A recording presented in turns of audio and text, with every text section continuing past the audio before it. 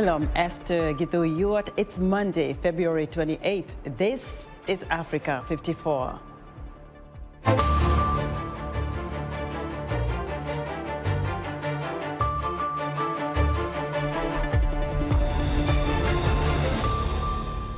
United States President Joe Biden approves $350 million in military aid to Ukraine.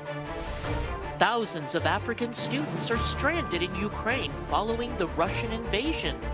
We'll have details. And unprecedented attacks threaten Eritrean refugees in war-torn Ethiopia.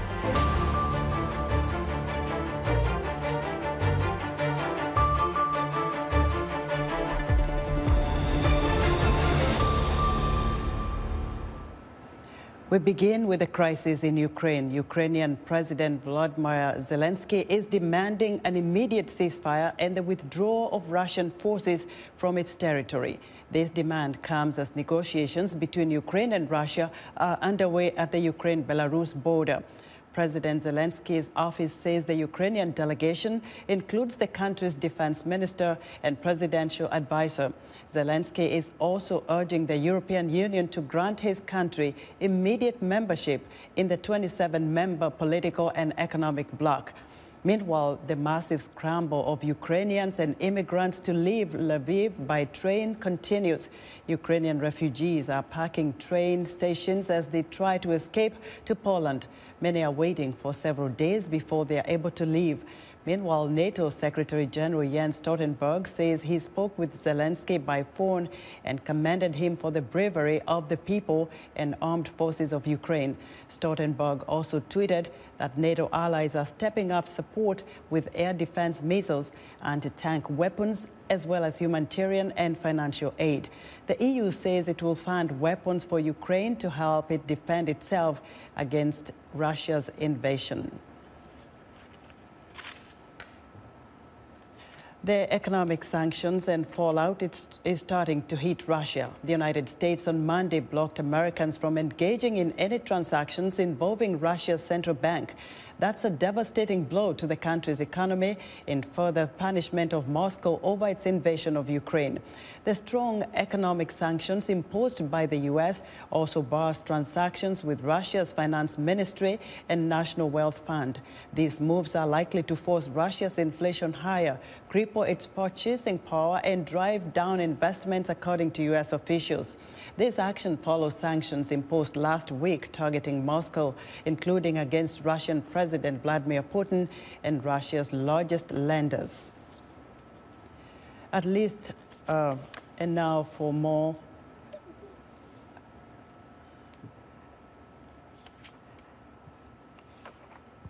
All right, now for more on what's going on in Ukraine, VOA correspondent Heather Murdock reports live via Skype from Ukraine. Heather, bring us up to speed on the latest from where you are. This morning around 8 o'clock, Ukraine lifted the curfew that has been imposed on the city of Kyiv for the past day and a half or so. And people came out into the streets, not everybody, but people who had immediate needs, such as some groceries were open. And most of the people we saw in the streets were carrying bags, heading towards subways, trains, buses. Not everyone, but many people that we saw in the streets really were just trying to get out of the city in expectation that the violence we saw at the beginning of the weekend and at the end of last week is going to resume when these peace talks are over. Obviously, we do not know that for a fact here. The outcome is left to be seen, but there is a lot of fear and a lot of expectations that tonight will be another night of violence. Heather, do we know of any news coming out of the ongoing Ukraine-Russia negotiations? No, the last we heard was that they did go forward, which is a step in and of itself, the fact that they even are happening. But both sides are pretty far apart. They've been negotiating for such a long time before last week when it came to this, where the entire country was attacked one early morning, followed by a ground invasion. Very suddenly, it felt anyway, from over here. After all of these negotiations being unsuccessful, there's not a lot of hope here in Kyiv that these negotiations today are going to make a difference. Yet, At the same time, maybe just a little bit better would be a big deal here, because, you know, the worst case scenario here is wide scale violence. So even just a little less than that would be better than what we're afraid of right now. President Zelensky is requesting the NATO to give access to, be granted immediate membership to NATO. Has NATO responded to this request so far? So far, I'm actually not aware of whether NATO has responded. It's not something that has filtered down to the everyday person here to know what NATO's thinking. I know that some people here have said that in terms of the military situation, there's a lot of very patriotic people here who think that the Ukrainian military is fighting very hard and very strong, and they're hoping that the military here alone can repel Russia. In some ways, hoping against hope, because Russia is, as you know, a huge, strong superpower that would probably need the help of NATO or other foreign powers to really fight against Russia in the long term. As you said, things happened so quickly. What is it like, Heather, to be in Kyiv right now? It's kind of spooky here right now, actually, because after a day of lockdown, today was quiet and it's seemingly peaceful. It was almost hard to believe that just 2 days ago, on the day before yesterday, it was one of the most violent days we've seen, with bombings throughout the day, fights on the street, gunfire on the street, armed men, as well as regular soldiers, some kind of weaponry coming, we think, from the air, but we don't really know.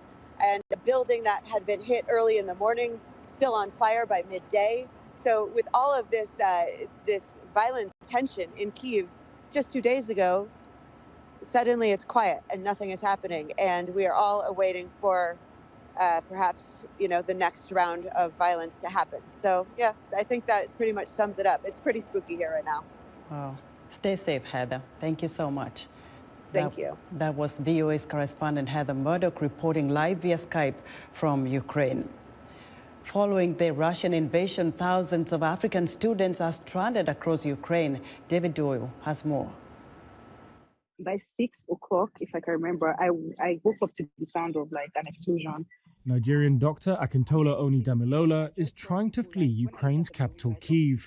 So this is what the road is like. It's kind of empty. Like thousands of other Africans who went to Ukraine for their studies, she's now stranded amid a Russian military invasion. All of us are just trying to do what we can to get out of here.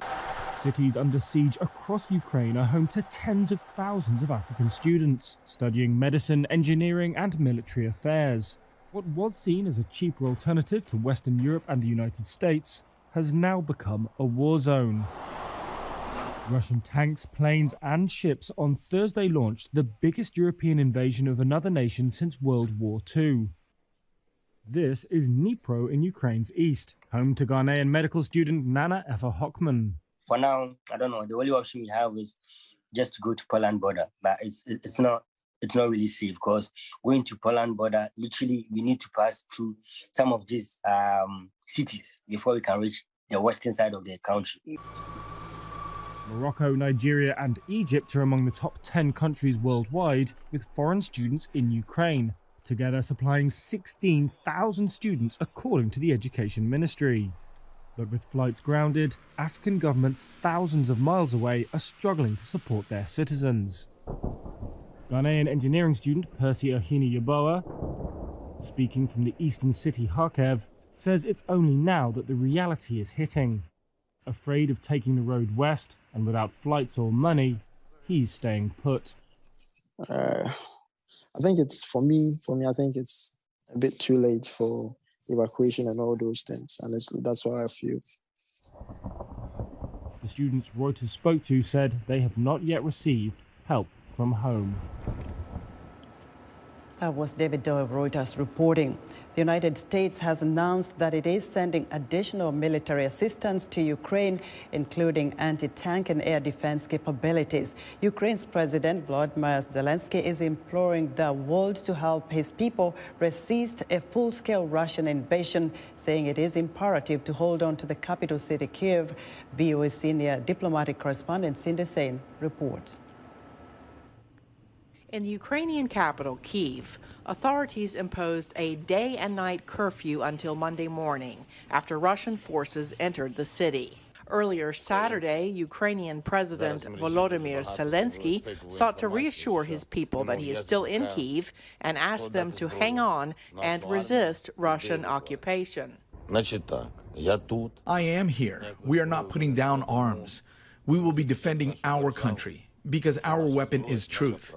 And our truth is that this is our land, our country, our children, and we will defend all of this. Zelensky has united Ukrainians behind him. Former U.S. Ambassador to Ukraine, William Taylor, told VOA. He is stepping up, standing up, leading his nation. People are falling in behind him. People are supporting him. Opposition leaders, civil society, the military obviously is proud to be led. Meanwhile, hundreds of anti-war protesters braved arrest Saturday in Yekaterinburg and other Russian cities, chanting "No to war." This shows that Russian President Vladimir Putin is losing the public information side of the war. Bill Browder of the Global Magnitsky Justice Campaign told VOA. All the major countries have sanctioned Putin, and people in Russia are not happy about this. You have demonstrations going on in Russia. All of the apologists in the West, all the people that Putin has cultivated and paid, are all abandoning him one after the other. I mean, he's totally isolated now. Even China, his partner in this thing, are kind of trying to distance themselves from him. Secretary of State Antony Blinken announced Saturday the U.S. will provide an additional $350 million in military assistance to Ukraine to help it defend its sovereignty. Ambassador Taylor welcomed the move. So here's another $350 million in body armor, which is necessary to protect people as they're fighting, anti-tank weapons like the javelins, anti-aircraft weapons like Stingers. Pentagon officials say that so far, Ukraine is fighting back harder than Russia had anticipated. Cindy Sain, VOA News, Washington. A national forum gathering political parties, trade unions and grassroots groups met in Burkina Faso on Monday to talk about plans to return the country to civilian rule following the military coup 2 months ago. The meeting in Ouagadougou discussed a draft transition constitutional charter drawn up by a junta-appointed commission. The forum comes on the heels of regional demands for a swift return to civilian rule after Paul-Henri Sandaogo Damiba, a 41-year-old colonel, seized power in January. The charter stipulates a 30-month transition period that will be followed by presidential, legislative and local elections. The interim leader will not be eligible to stand in those elections. Envoys from the United Nations and the West Africa bloc, ECOWAS, discussed a way forward in Guinea on Sunday. Guinea's military ousted elected President Alpha Conde in September 2021 after months of brewing discontent with his government. The ruling junta, led by ex-Special Forces Commander Colonel Mamadi Doumbouya, is pledging to restore democracy, but has so far refused to commit to an electoral timetable. The junta has escaped wider punishment from ECOWAS, but has been told to provide a reasonable timetable for the return to constitutional order. In Central Africa, suspected Islamist militants have killed at least 20 civilians in Northeastern Democratic Republic of Congo, according to a local resident and an activist who criticized the failure of Congolese and Ugandan forces to stop the repeated massacres. The late Sunday attack in the village of Kikura is reported to have been carried out by the Allied Democratic Forces, a Ugandan militia that has killed thousands of civilians in eastern Congo since 2013. Adet Zawadi, the president of a local activist organization, says the assailants struck the village at around 9 p.m. local time with machetes. The attackers also burned down houses. Zawadi says at least 20 bodies have been recovered. We're excited to hear what you think about Africa 54. Join the discussion on Facebook. The address is Africa 54. We're also streaming our broadcast live on Facebook, Please watch and share our show with your friends. Still to come, the contribution of Black people in America. Also, be sure to join us Tuesday as VOA Health correspondent Lino Mudu speaks with the president of the Bristol Myers on lessons learned from Botswana, the first African country to eliminate mother-to-child HIV transmission. But first, here's Heidi Adams on What's Up on Wednesday's Straight Talk Africa. What does it take to run for political office in your country? So join me, Heidi Adams, on the next Straight Talk Africa. We'll discuss what it takes to run for political office. Africa has the youngest population on Earth, but some of the world's oldest leaders. Does a political candidate's age really matter? What helps and hurts younger candidates who contest in elections across the continent? Not too young to run is the focus of our discussion on the next Straight Talk Africa. Thousands of Eritrean refugees, shell-shocked and separated from loved ones, are fleeing on foot through harsh terrain to escape the violence during Ethiopia's drawn-out civil conflict. Paul Ndiho has more. It played out again this month after the Bahel refugee camp in northeastern Afar region sustained what survivors described as a Bazarian assault by rebels from neighboring Tigray. At least 5 people were killed and an untold number of women were kidnapped. Those lucky enough to escape scattered across Afar, awaiting an uncertain future they once saw as heaven from their repressive homeland. The attack marked the first time Eritrean refugees were targeted outside Tigray, where the war began, and was the first such assault on Eritrean refugees belonging to the ethnic Afar minority. Yet in other respects, the incident followed a familiar pattern. One analyst says highlights a failing of the Ethiopian government, the rebels, and the international community at large. It has also renewed debate on how to accommodate one of the most vulnerable groups in Africa's second most populous country. Eritrean refugees have a long history in northern Ethiopia, first arriving in 2000 towards the end of a 2-year border war that killed tens of thousands of people.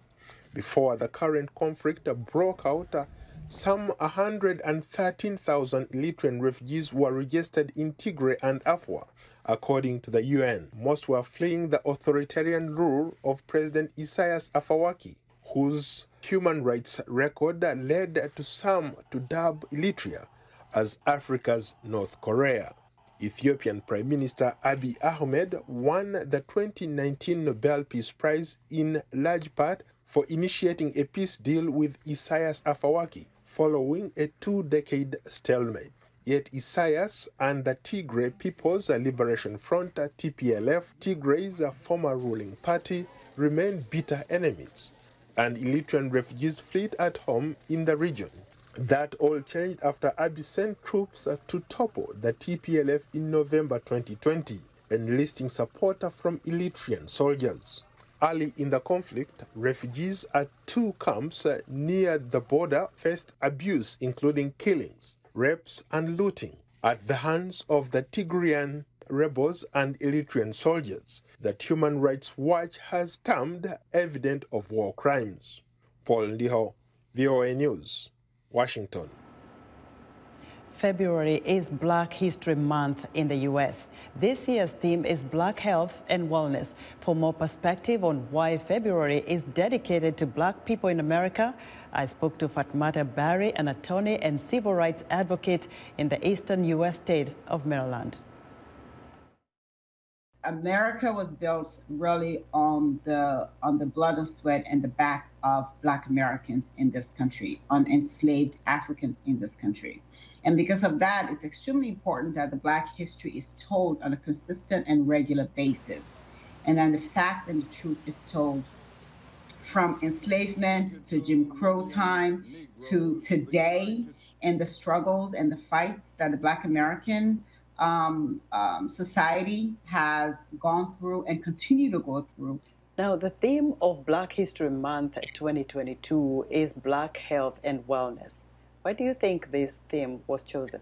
Historically, Black Americans, if you know any part of the history, they started off receiving sort of the leftovers from the masters, and over generations, it's become part of the culture within the African American and the Black American culture. And so the ways of eating has not been the best and the most healthy.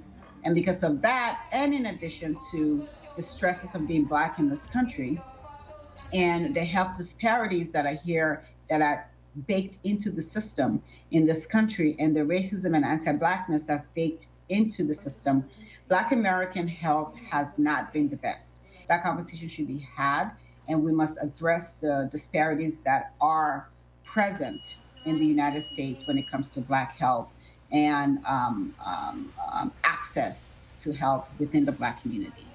Now, as an African immigrant and as an attorney, what do you see as the biggest obstacle to the advancement of Black people in the United States?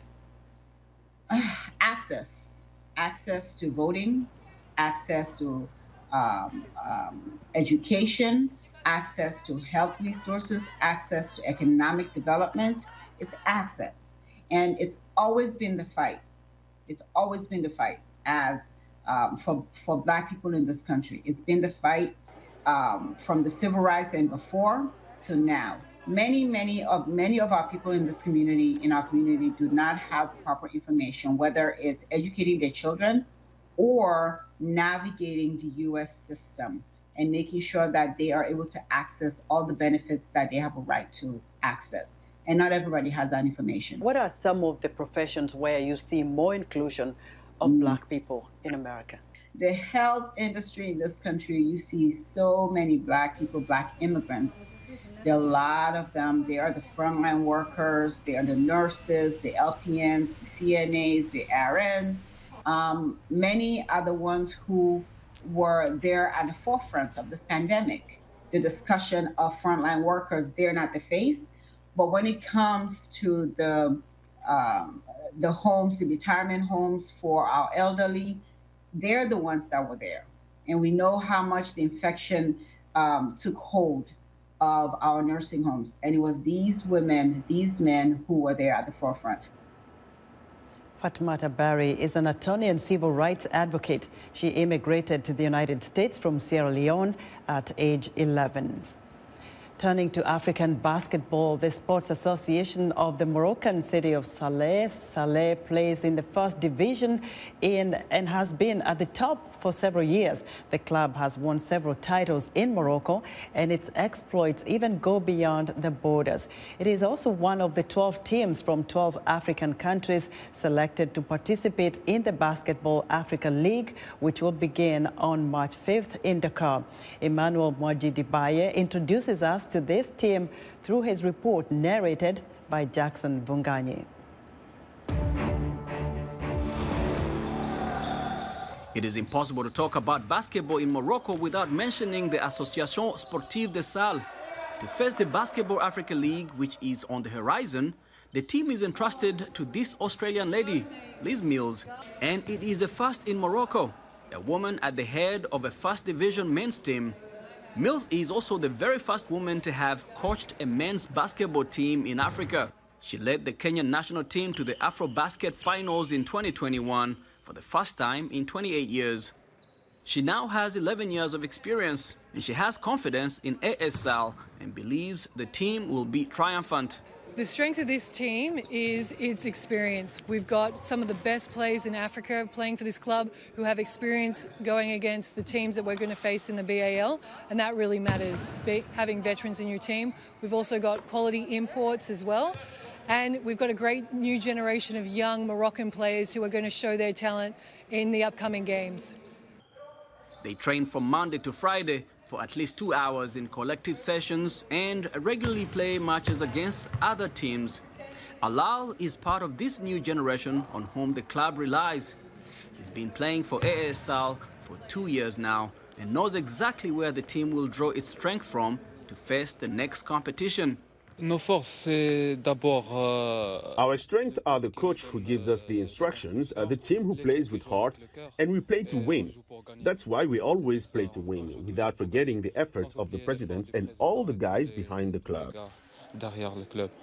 And the management team, which wants to go even farther with its club, does not skimp on the means. Abderraouf Bentaleb, its deputy president, sets out the new vision that will allow AS Sal always maintain a good level.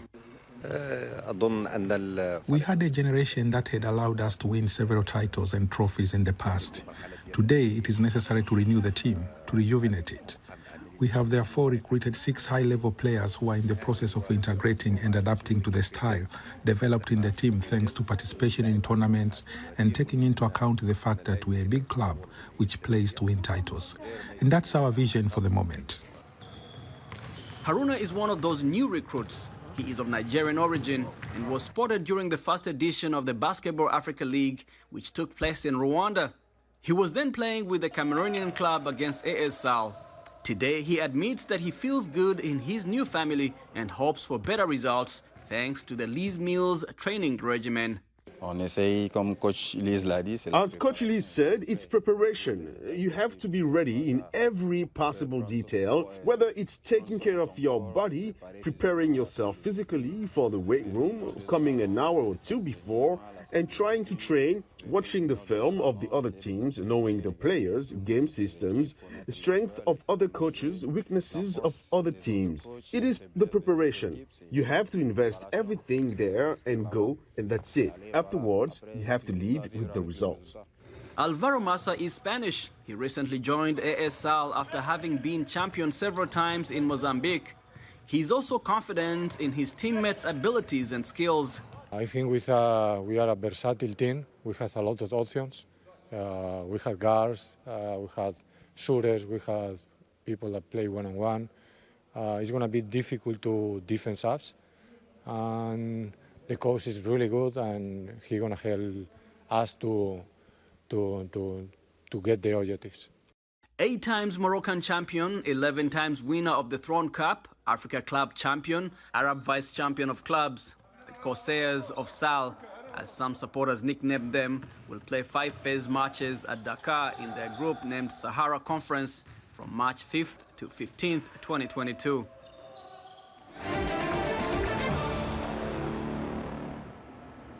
That was VOA's Jackson Vunganyi narrating for Emmanuel Mwajidi-Baye. The Saleh team will continue until their departure, scheduled between March 2nd and 3rd for their first match will be against REG Club of Rwanda. And that's our show for today. Be sure to watch Africa 54 from our website at voanews.com. From all of us here in Washington, thanks for watching.